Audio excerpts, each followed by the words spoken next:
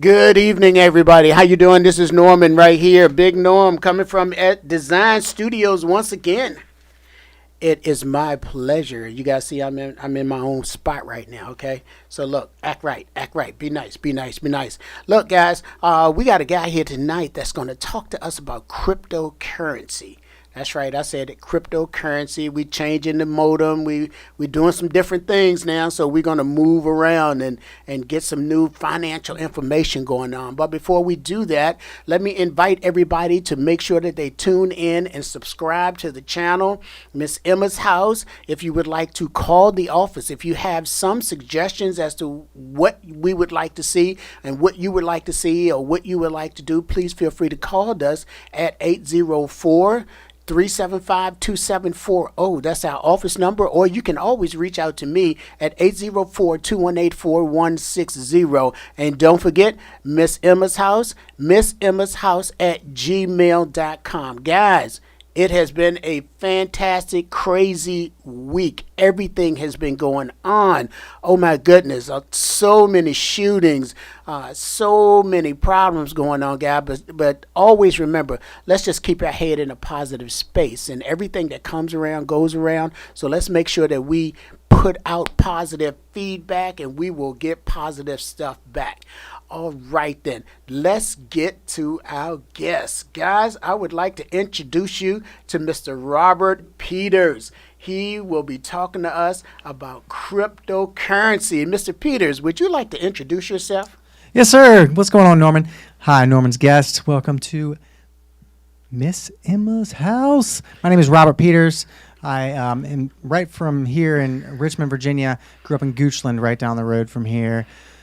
Lived out in Charlottesville for about 10 years, found a home out there and a bunch of good friends, and ended up moving back to Richmond to pursue a teaching career where I teach in Richmond City Public Schools. Over on the south side, teach little first graders. It is quite a joy. I thoroughly enjoy what I do. And, honestly, I'm just happy where I am. So I appreciate you having me on this evening. Outstanding. Thank you so much for coming. This was kind of almost like a last minute thing. Somebody gave me his name and we connected and we talked a little bit and we handed some questions back and forth and we got it all together. We are going to do this tonight. Now, a little sidebar here.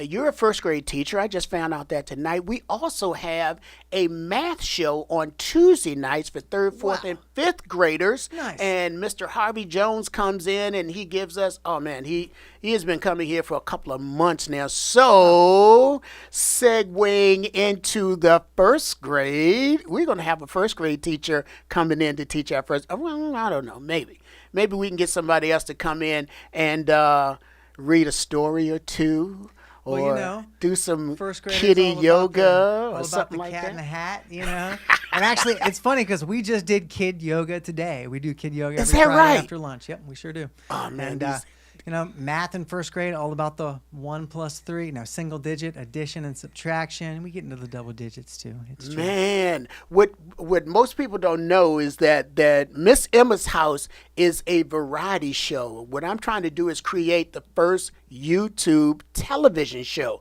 So we're going to have all kinds of entertainment, all kinds of what's a good word I'm looking for? Everything. We're going to have everything coming through. So if anybody out there, if any of you guys out there has a talent, has a skill, has some knowledge that you want to share with your public, then please feel free to contact me at one of the numbers, and I'll repeat them again a little bit later on.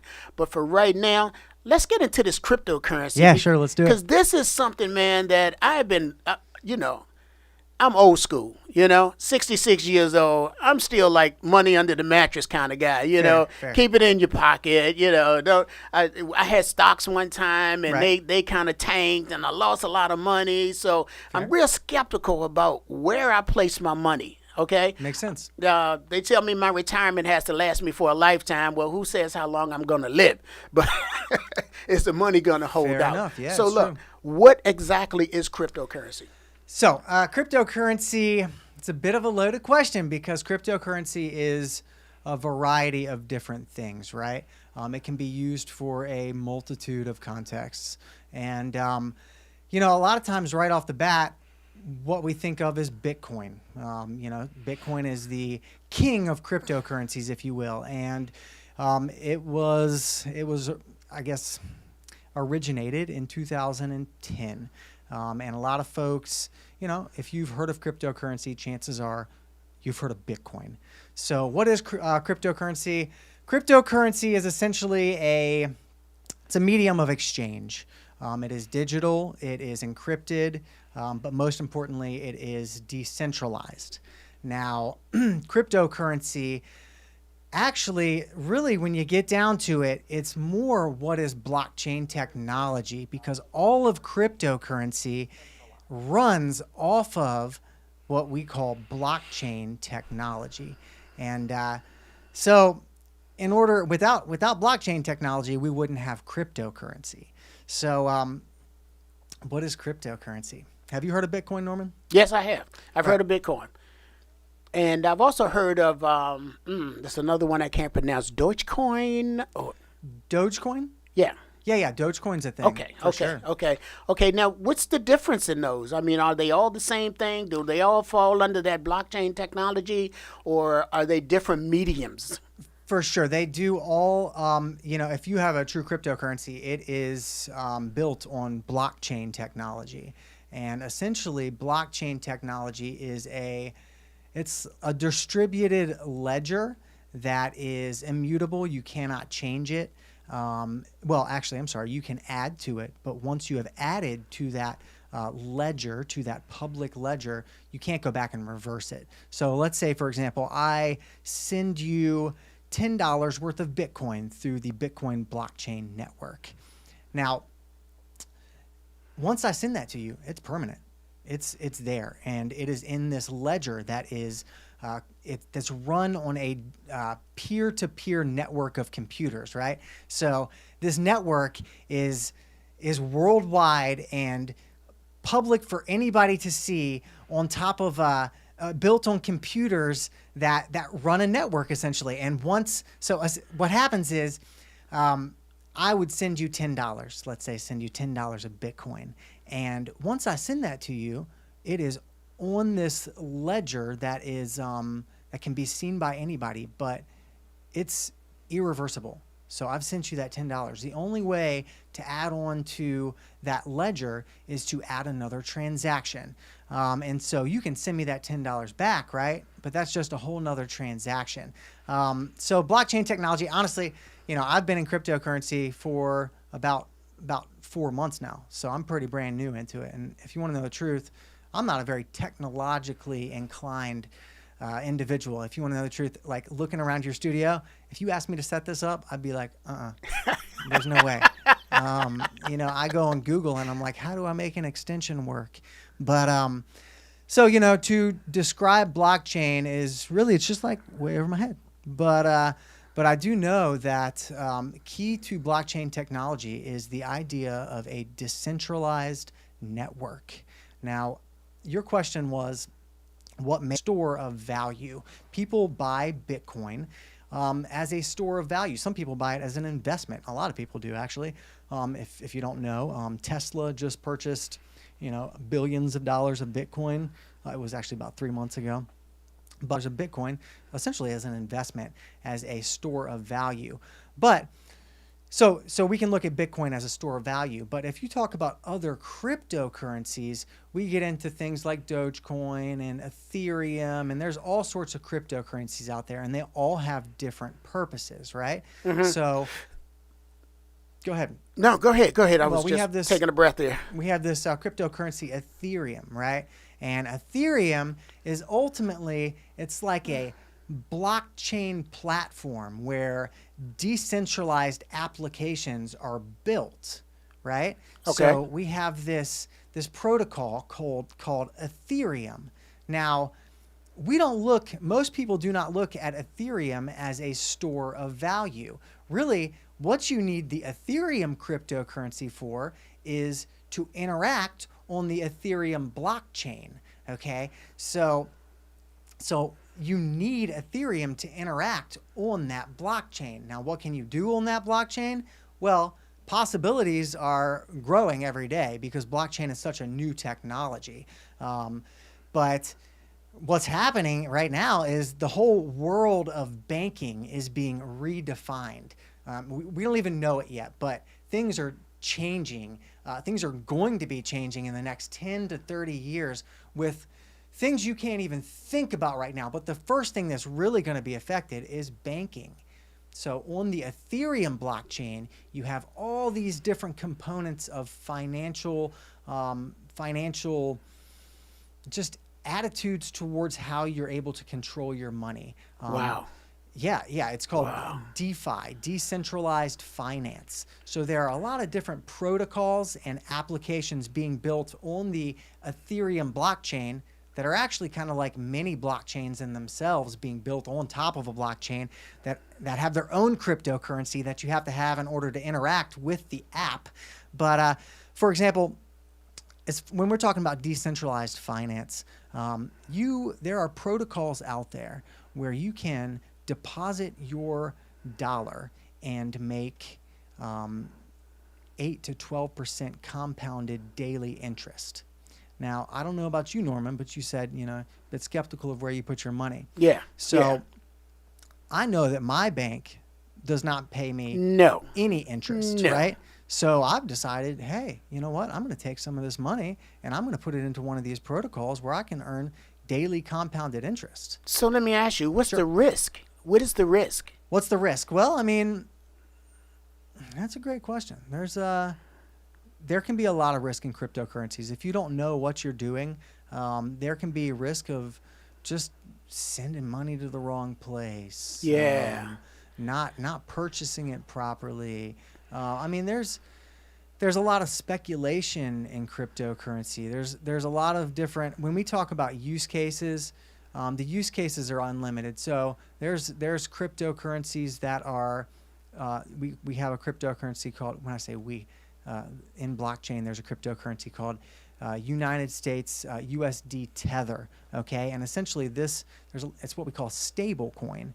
Now, a stable coin is pegged to the U.S. dollar. Okay, so you can buy a cryptocurrency that essentially has the value of $1 US, right? Okay, and you can lock it into one of these protocols and start earning interest on it, or provide liquidity for a decentralized exchange that's out there. Okay. But what's the risk? There's a lot of different risks. They have something called impermanent loss. So if you go in there and the value of the cryptocurrency that you're providing liquidity for changes value, and it's in such a way to where what you provided is different than the value that it turns into, you can have impermanent loss. It's still a little bit over my head. Okay. But risk, I mean, it depends on what you're looking to do in the crypto space. Okay. Because, I mean, if you're looking to invest, just like investing in stocks, right? I mean, even though stocks and cryptocurrency are different, very different. Okay. A cryptocurrency is not a security, that's for sure. But you're still investing in an asset class. So what could happen? Well, the value of that asset class could tumble, right? Okay. That's one major risk that most people, I mean, even the investor who's never been into the cryptocurrency space, that's their single biggest thought of risk, right? Hey, I'm going to invest in something.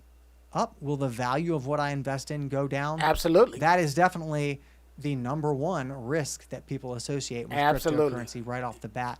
But I mean, there are a lot of other risks involved with it too, because there's a lot of ways to handle cryptocurrency, and it's just such a new asset class. It takes a little bit of training to understand how to send money places and yada yada yada. But I mean, the benefits are just out of this world. The interest rate alone is worth the benefit. Well, yeah, if you start looking into worth the risk, maybe. Yeah, for sure. But I mean, we start talking about, I don't know if you've ever tried to send money to anybody, in Europe or Africa or Australia or anywhere. I mean, it costs money to pay Western Union or your bank. Now, I mean, if you try to send money to somebody in Europe, you're talking the intermediaries between here and there in the banking system. It takes days. It can take up to days for your money to get there, but your money is touching so many hands on the way over there. Now, with blockchain, you're able to send money Okay. just like that Okay. with hardly any fees. Nobody's So touching your money in the middle, and it's all right there for everybody to see. You cannot dispute what has happened on the blockchain. that is so interesting. That It is really so is, yeah. interesting. It is really interesting because even sending money, let's say to Europe, okay, the euro is valued higher than the dollar. Correct, So you're going to lose money or gain money, or it's going to be an exchange there somewhere along the line that's not going to be beneficial. Okay, Right, it's yeah. always everybody that touches the money has to get paid for touching it. For sure. Okay, you used the term in here, use cases. Give me a little bit more description about use cases blockchain technology. Okay, so we start talking about blockchain technology and use cases for different cryptocurrencies, and we can think about a lot of different things. So, essentially, a good blockchain technology, ultimately, the cryptocurrency will have a utility to it. So, we can think about file storage, for example. So, if you are going to interact with a blockchain that has a use case, ultimately there's going to be an incentive for providing value to that blockchain. Okay, let's back up. Sure. What exactly is a use case? Well, we can talk about decentralized file storage, Okay. decentralized. So, we have Amazon Web Services, right? Okay. Now, that's all a centralized component, run by a company that, Amazon, I don't want to say they run the world, but it's starting to seem that way. They run my world. Yeah. And I'm not going to say that it's a bad thing, and they provide a lot of services that are needed. But I think when we start talking about, decentralized components, it actually puts the whole process of what you're trying to do in your own hands. So Okay. if we're talking about file storage, there's a coin called Filecoin. Now, the whole idea behind this is, well, users get paid in Filecoin in order to have other people access storage space on a network of decentralized computers. Wow. So you are in charge of storing your own whatever it is you want to store on a decentralized cloud service, and those people who are providing that storage space ultimately get paid in what is called Filecoin. Now, some other use cases, we can talk about supply chains. So, if we're talking about ledgers that are, really quick and can store information, we can talk about, where did your corn come from? We Got a good can idea. figure that out just like this. When I say we, I can't, because like I said, I'm not technological, but I know that this is coming. Insurance, all the different things that you have, paperwork and all this sort of stuff that is run through the insurance industry. Well, you can have a ledger that actually shows, hey, what is documented in real time, essentially. Okay. Now, it goes deeper than that. We can talk about, we can talk about really anything that you want to put, on paper. But it's even bigger than that. It's crazy. That's awesome. Yeah, That is awesome. it is awesome. You touched on quite a few of those, and you kind of went into my next question here. How does the use case for cryptocurrency differ? And you pretty much said that, based on the like Amazon and the file storage. So could you elaborate on that a little bit more? Yeah, well, so when we say it differs, like I said, as far as Bitcoin goes, that is ultimately a store of value. A lot of people are actually, you said skeptical about your money in retirement. Well, I'll tell you one thing. For me, I'm a little worried about all of the money that's being printed right now. So I don't know if you're aware of this, Norman, but over the past year, more money has been printed in the United States than over the combined history of the United States of America. Now, what do you think this is going to do to the United States dollar. It's going to devalue it. Yeah, it's Everybody's going to devalue it. have it, so nobody needs it. It's going to be a Yes. Star Trek scenario or something. Nobody's using money anymore. Yep, inflation. Inflation's a real thing. I almost guarantee you, I'd be willing to put $100 on this. I think inflation will definitely hit 2% by the end of this year. Wow. If not 2.5. And you know, the Fed's gonna, I don't know. I mean, I don't know what they're gonna do about it. But to me, a lot of people, I mean, for me, Bitcoin its use case is a hedge against inflation. Okay. Because there will only ever be a 21 million Bitcoin ever made in the entire world. We will never have more than 21 million Bitcoin, which is one reason people are using it as a hedge against inflation. I mean, that's a huge use case right there, just a store of value. Now we have that.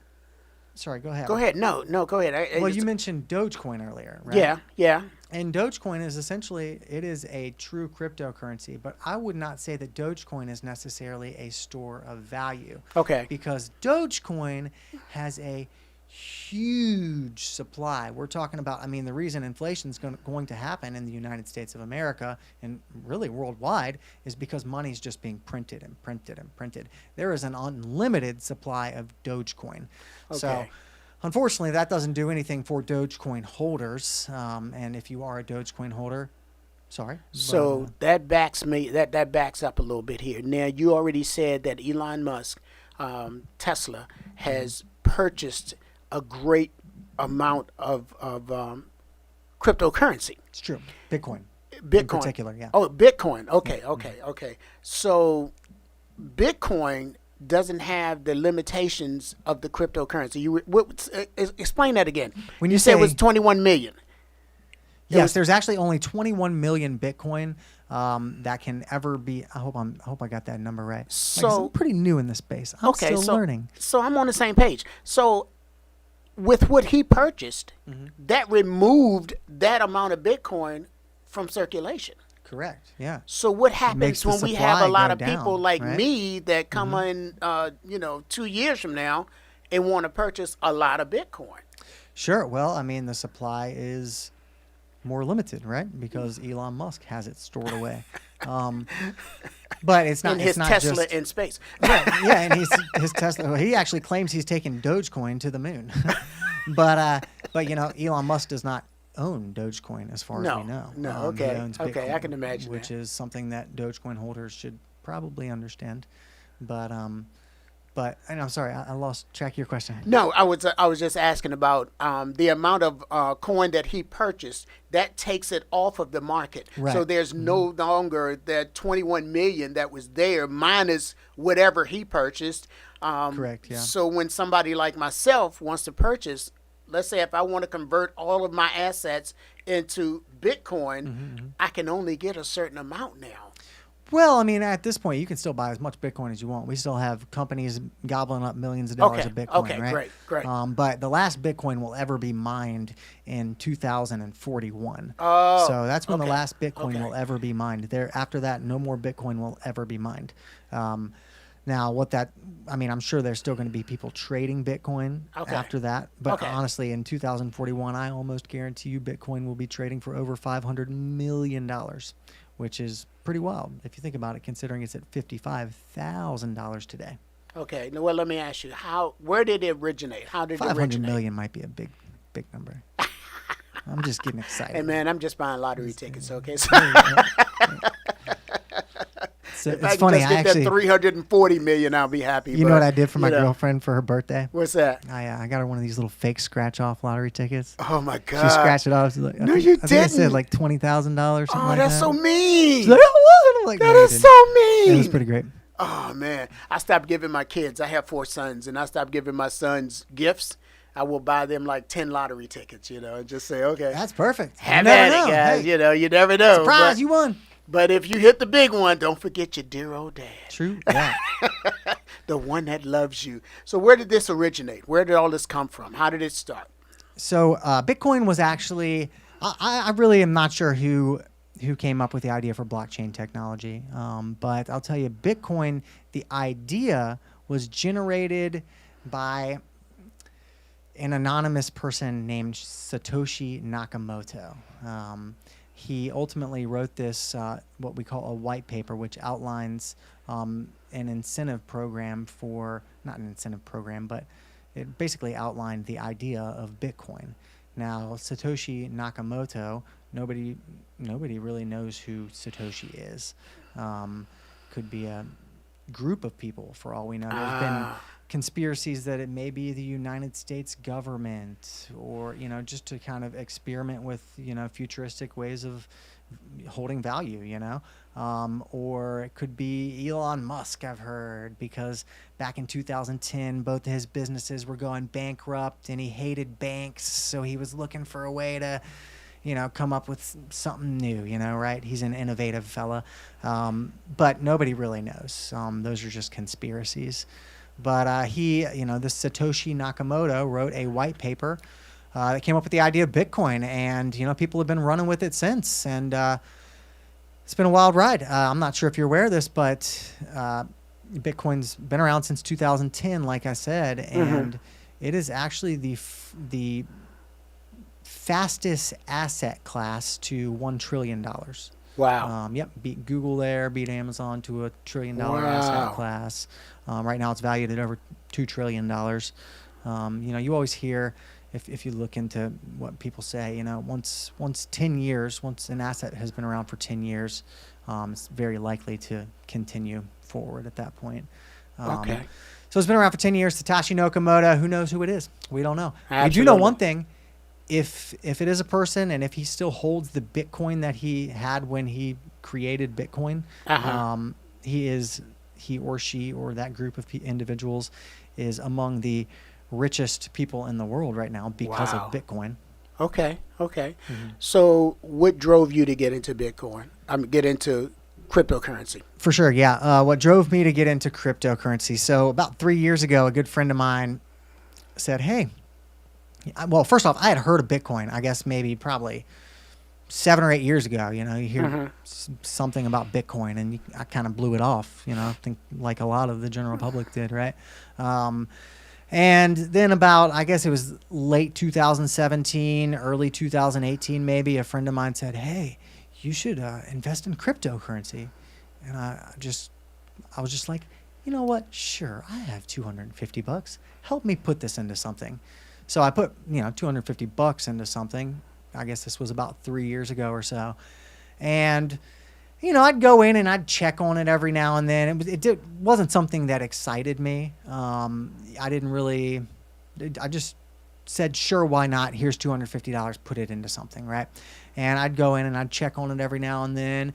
And over time, over the next year and a half, it pretty much went down to about $50 or something like that. I'm like, all right, whatever. Who cares? And then I started looking back at it, about maybe, I don't know, I'd say 8 months ago, 6 months ago, probably about 8 to 10 months ago, actually. And I started to notice it was starting to creep back up, just starting to creep back up and creep back up. And then one day it was back to $250. And I'm like, my money's back. I got my $250. Woo! And then a good friend of mine, a different friend of mine actually, he said, hey, you're always, talking about wanting to learn how to trade this sort of stuff, and you should look into cryptocurrency. And I said, well, maybe I should. And so I just kind of started diving in deep about 3.5 months ago. I went in real heavy and started trying to research cryptocurrencies and actually understand what it was and the blockchain technology and all that sort of stuff. And I can't, I'm trying to describe it to you to the best of my ability, but like I said, not the most technologically savvy person. You're doing an excellent job. Well, thank you. I appreciate that. Excellent job. But what's happened is that $250 that I put in 3 years ago, like I said, it disappeared, but then it started coming back, right? Well, now that $250 is $2,500. And I'm like, all right, well, that's cool. So, it just kind of piqued my interest really because of the money aspect. I started thinking this could be a great way to actually hedge against inflation, like we were talking about earlier, to store some value, right? But then I started actually getting into all of these applications that are being built on blockchain. Because back in 2017, when I invested initially, I didn't know all this then, but back in 2017, all these other blockchains, they were just in the early stages of development. And what we're talking about in the decentralized finance arena that I was mentioning earlier, DeFi, that wasn't really a thing. I mean, it was a thing in people's brain, but it wasn't really a thing. And so now, flash forward 3 years later, we have this whole industry that has an allocation of billions of dollars built on top of the Ethereum network and all these other blockchain and technologies coming forward that are using all these DeFi technologies, right? And so I'm thinking to myself, I'm like, well, this might be a great way to, maybe invest and hedge against inflation, but it also may be a great way for me to actually take control of my own money. Because I don't know if you know this, but when you give your money to a bank, it's not your money anymore. No. It's an IOU. It is their money. And I mean, granted, chances are they're going to give it back to you, but who knows? Maybe not. We don't know what's going to happen. But when your money is in a bank account, it is not actually your money. It is their money. It is the bank's money. And they have an IOU to you, right? And so I just started thinking about this. And when I have my Bitcoin on my own secured wallet, that is my own wallet, it's my money. It's no IOU, But I just started thinking about all these different things that I can do, and I just started looking into it. And, now I have money that's earning compounded interest. Outstanding. Yeah, it's pretty neat. Outstanding. Okay, let's pause for a second here, Sure, guys. yeah, for sure. Let me pay the bills. Let me try to pay the bills, guys. Guys, we are talking to Mr. Robert Peters, and we're talking about cryptocurrency, Bitcoin.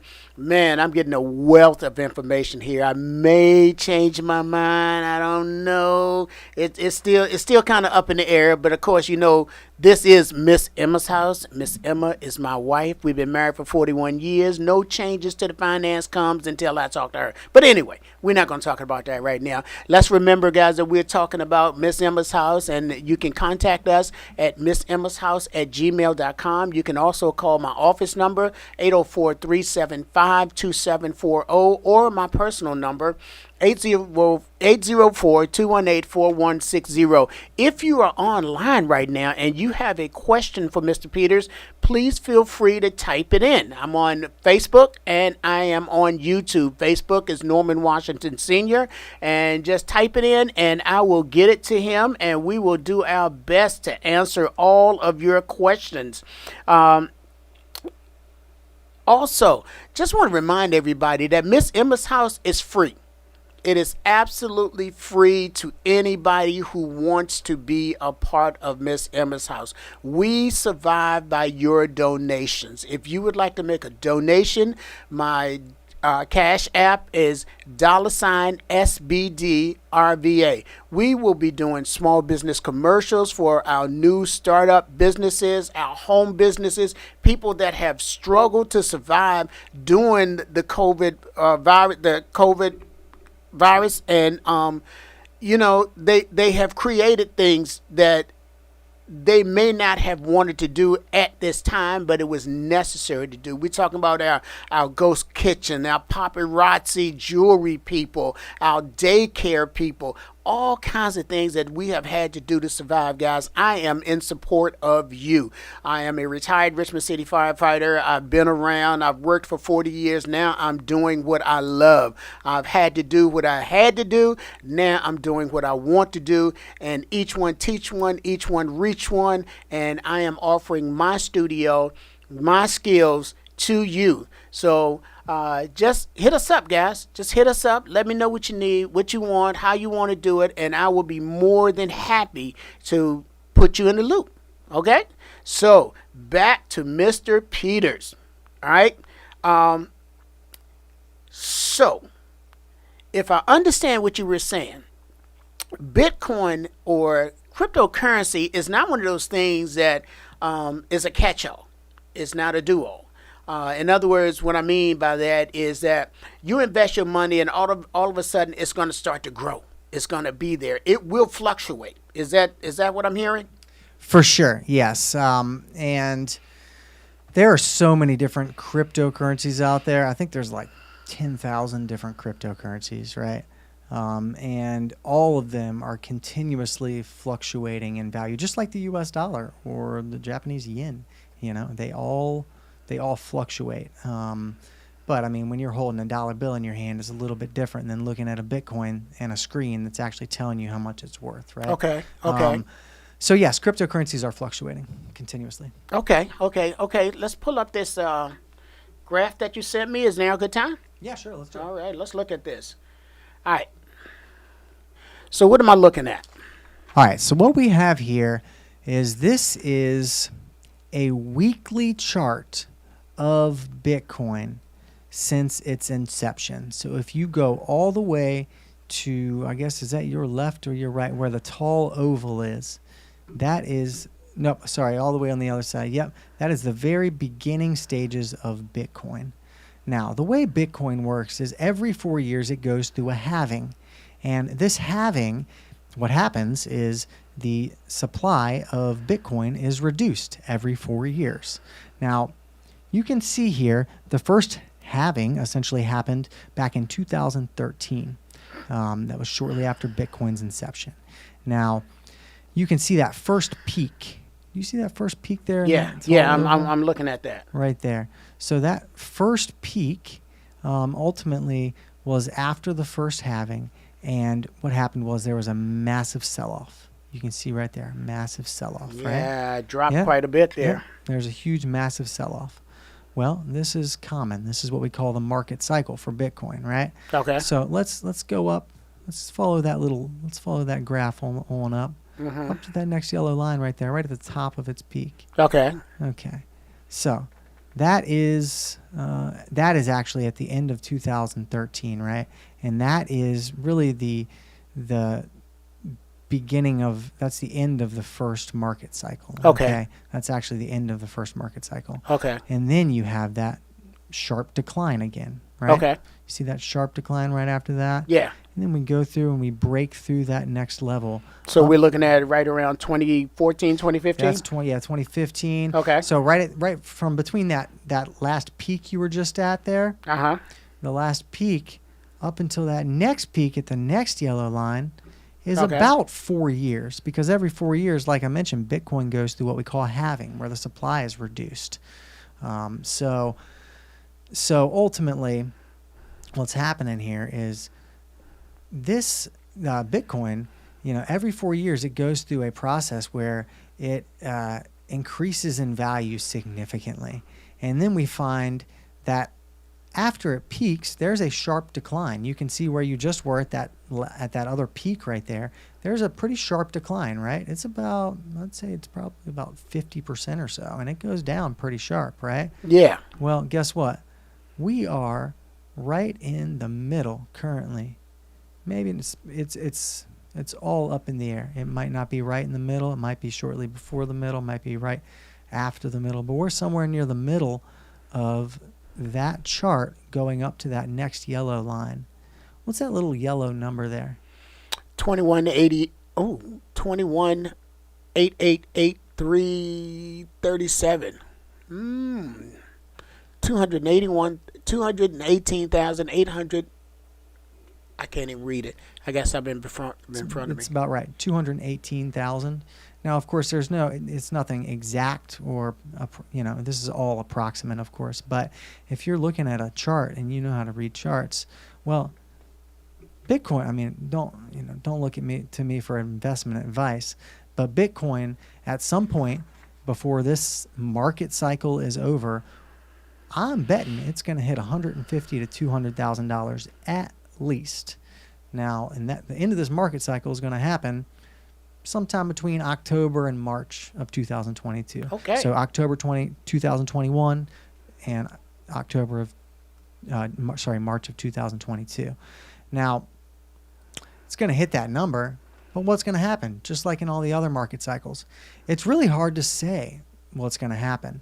Now, chances are Bitcoin's going to take another dump, right? It's probably going to drop significantly. Let's say it hits $200,000. It might even pull back all the way to $100,000. Okay. And then it might cool off for the next 4 years. Who knows? But if you go back to that chart there and you look at where that next yellow line is, if you were to keep going up past that next yellow line right there, you're looking at $1 million Bitcoin. That's 5 years from now. Guys, I don't know if you realize this, but Bitcoin is $55,000 today. We're talking about $1 million Bitcoin in 5 years. Now, like I said, do your own research. I'm definitely not here to give you investment advice, but a lot of people think that they're too late to this game. I have news for you. You're not. Big investors are just coming to the game. They're realizing that this asset class is legitimate, and they are finally coming to the game 10 years later. I mean, we have ETFs, exchange-traded funds, that are finally coming out for Bitcoin. You know, Fidelity is coming out with an ETF here in America sometime this year. You have all these huge institutions that are buying in 2021. They weren't buying in 4 years ago in 2017.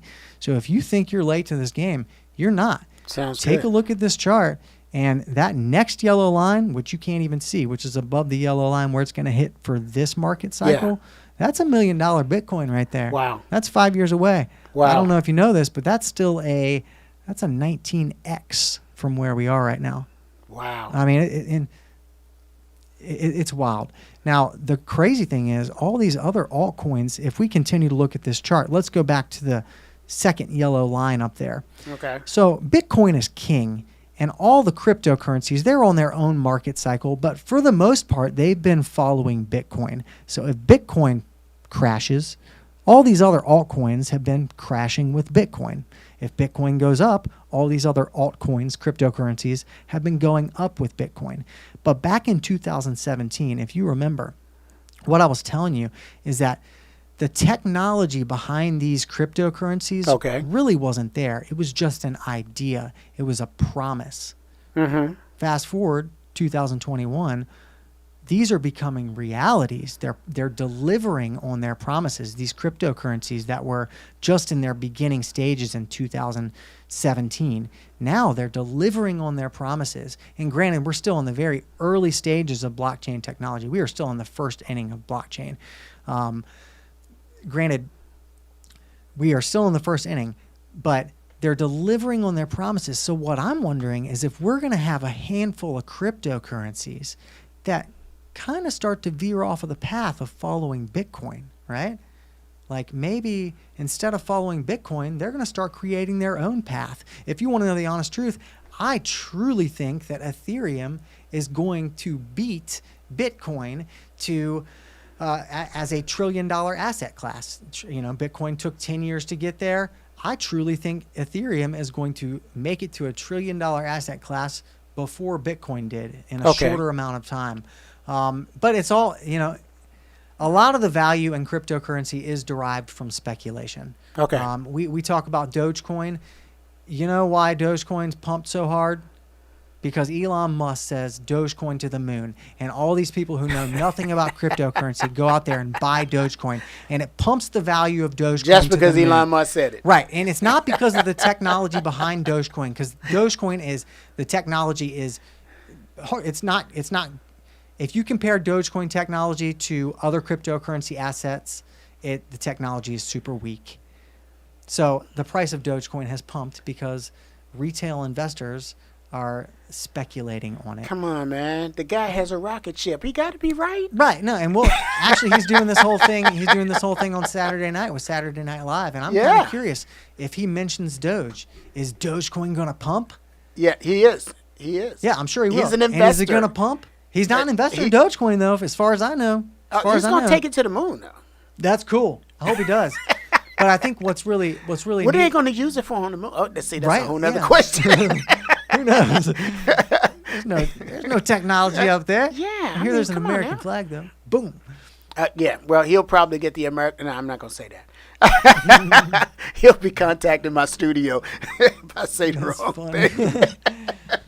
Okay. But, you know, I'm just curious to kind of know, I think a lot of the value behind cryptocurrencies and the price that, you know, is that the price that reflects cryptocurrency, right? I think a lot of it's based on speculations, but I think we're actually starting to see that really some of the price the value behind certain cryptocurrencies is actually a bit more than just speculation. It's actually how much money is locked into these decentralized protocols, right? Okay. So essentially, for example, the Ethereum network, has billions of dollars locked into the protocols that it has created, right? Into these decentralized financed applications, Okay. into these non-fungible token projects and things like this. Okay. So I think, the value of these cryptocurrencies are a bit more than just speculation. It's actually like, hey, there's money locked into this. So, yeah, hard to say. But Let's get into the value. for sure. How is the value of cryptocurrency determined? Well, Percentage actually- based, dollar based, what? What are we talking about? Well, I mean, I think that's kind of what we were just touching on a little bit. Like I feel like it's right now in a stage that it's so early that people don't really understand what's going on behind the scenes of the technology, right? That it's super speculative as far as like the value is what people perceive it to be, right? Which is why Dogecoin has done so well, is because people are perceiving it to be worth something, right? So they buy into it. So it is what people perceive it to be, right? Okay. But in all honesty, I think over the long term, if we're talking like 10 years from now, I think the value is going to actually be derived from what can these cryptocurrencies actually offer for people, right? Okay. What kind of incentives can be derived from actually, putting your funds into this particular technology, right? Okay. Question. What sort of? Sure, go ahead. I'm sorry. Let's just take it today. Basics, layman's terms. I got a $100. If I invest $100 into cryptocurrency, will it be $100 worth of cryptocurrency? Will it be 110? Will it be 95? Where does that value lie? Well, let's see. If you were to take $100 and you wanted to put it into some sort of cryptocurrency, it's as soon as you put it in there, the value of it will change. It's gonna Up, down, sideways. who knows? Could go up, down, sideways. Based on what I was telling you earlier and looking at that chart, though, I still think you're early enough in this market cycle that I was talking about to where if you buy $100 worth of Bitcoin, it will turn into at least $300 by the end of this year. Sounds good. I do believe that for every dollar you put into Bitcoin right now, you will come out with at least three towards the end of the year. Now you're going to need to ultimately, it's going to hit that $3, but then it might drop back down to maybe $2. Just got to leave it in there. I honestly, I'm looking. Just got to leave it in. It's one of those things where you put it in and don't touch it and just watch it grow.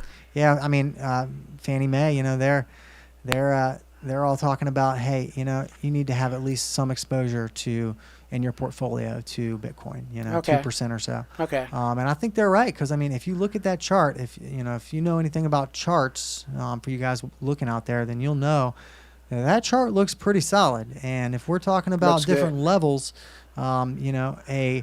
if it continues with that trend, we're literally looking at $1 million Bitcoin in the next That 5 or sounds 6 good. years. And So. that sounds good. But, like I said, I mean, it is, I would definitely say, don't just go out there and buy Bitcoin because, some strange man with a beard is telling you to do it. I would actually do your own research. Start with some of the things that I was showing you, But, before you put money into anything, do your own research. But I will say this, in my opinion, the value of the dollar is only going to be getting weaker.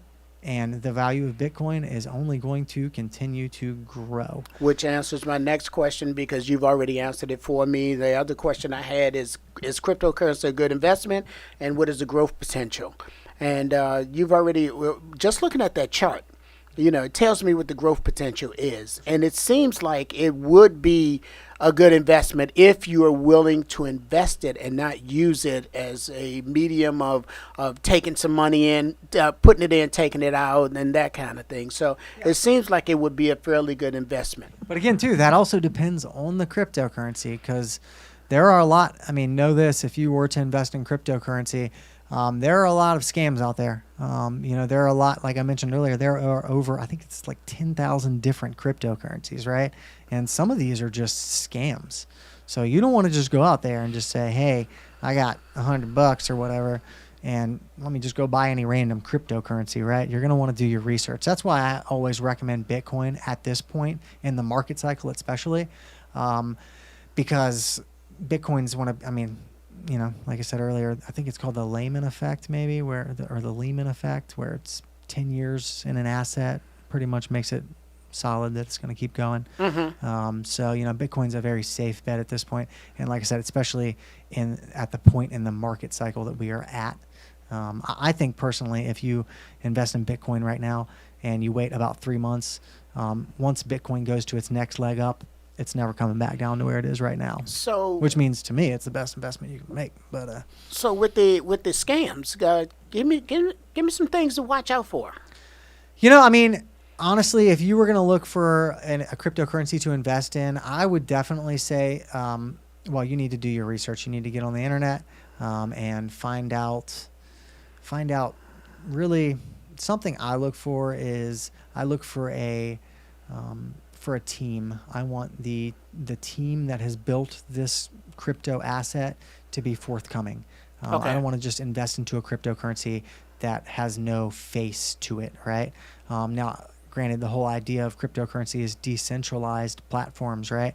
A decentralized application or network.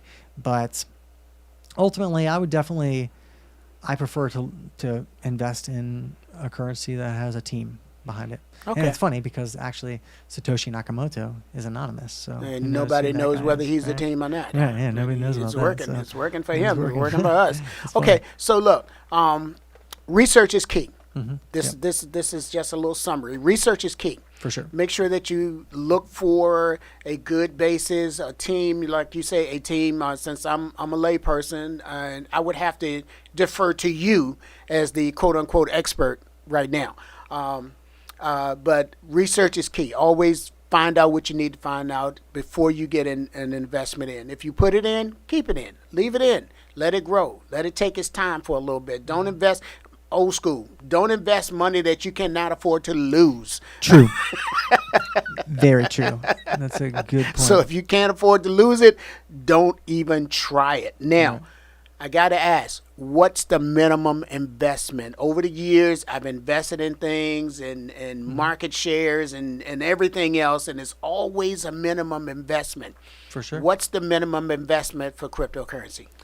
Well, essentially, you can go create an account on Coinbase or Binance or, you know, any one of the many exchanges out there, and you can buy $1 worth of Bitcoin if you want. Get out of here. $1 worth of Ethereum. Now, of course, you know, Coinbase has, well, every exchange has fees that you're going to have to pay in order to buy these things. Now, on certain exchanges, you know, the fee is much smaller than other exchanges. You know, expect to pay a little bit more on Coinbase than you would on Binance. Okay. But you can invest. You can buy $1 worth of Bitcoin. Actually, it might be a fun experiment. Go buy $1 worth of Bitcoin today. I promise you, if you buy $1, I don't promise you, but that's right, because I'm coming to you.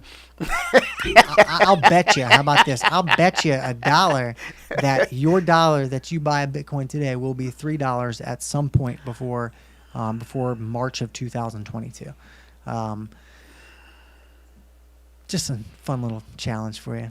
I hear it. Hey, look, when I was in high school, oh my God, I graduated in 73, so that tells you how long ago that was. We did an investment of penny stocks. Had never heard of penny stocks, and we did an investment of penny stocks, and I did okay. Nice. I did okay. I made a whole $2.50, man. I mean, come on now. Money is money. Money is money. You just got to work with it. Okay, guys. We are getting close to time here. It's 7:54, and Mr. Peters said, I don't think I have enough information to be able to do a full hour, so can we just cut it down? Thank you so much, sir. Thank you for having me, Norman. I really appreciate it. Wealth of knowledge, and I hope that I can call on you later on. For sure. To come back and maybe talk about this a little bit more. You know what? This is just the tip of the iceberg. Let's do a year from now. We'll make clean on that bet, that $1 to $3 bet, and I will know a lot more than I've learned over the past 4 months at that point. And I'd love to talk to you again for sure. So, can I bring my equipment to your mansion and set up in your great room? That's funny. Yeah, we're gonna. Or should we set up around the pool? I'm not or gonna keep my fingers something like crossed, that. but, I'm calling it out, man. I'm giving you this. I'm saying, we'll have to set up the mansion in 10 to 15 years. Okay. 10 to 15 years? Yeah, 10 to 15. That long? But I'm not gonna get cocky with it. I- Really, honestly, the thing that I got into, you asked me this earlier, but I got into cryptocurrency really because the money, I thought to myself, this could be a good way to store some money and to make some money, right?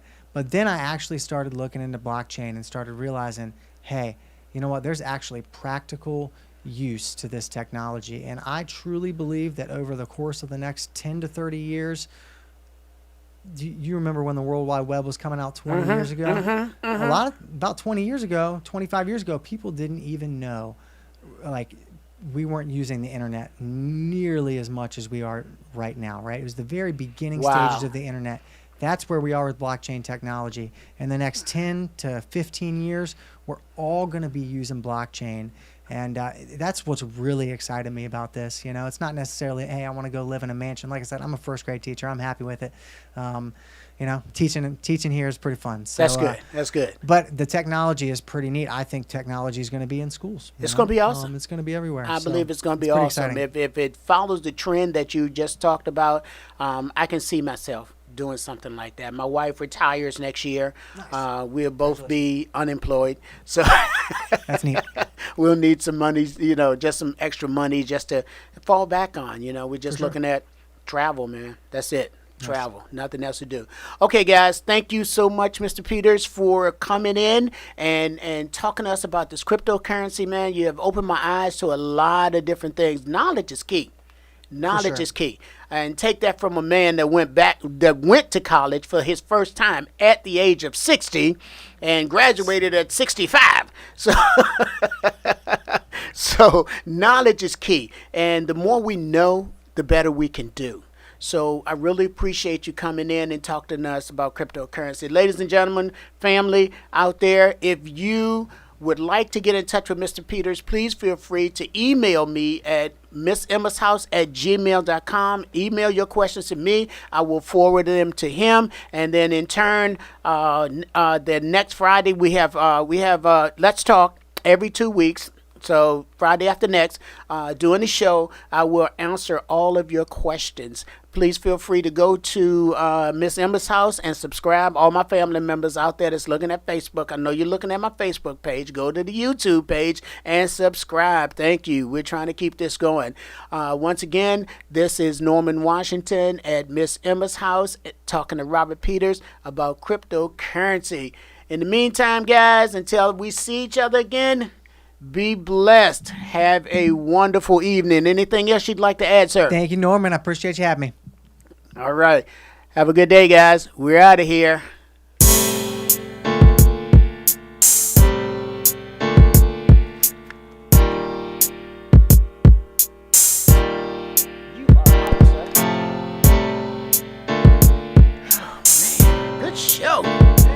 Good show. What do you mean you didn't have enough information to cover the time?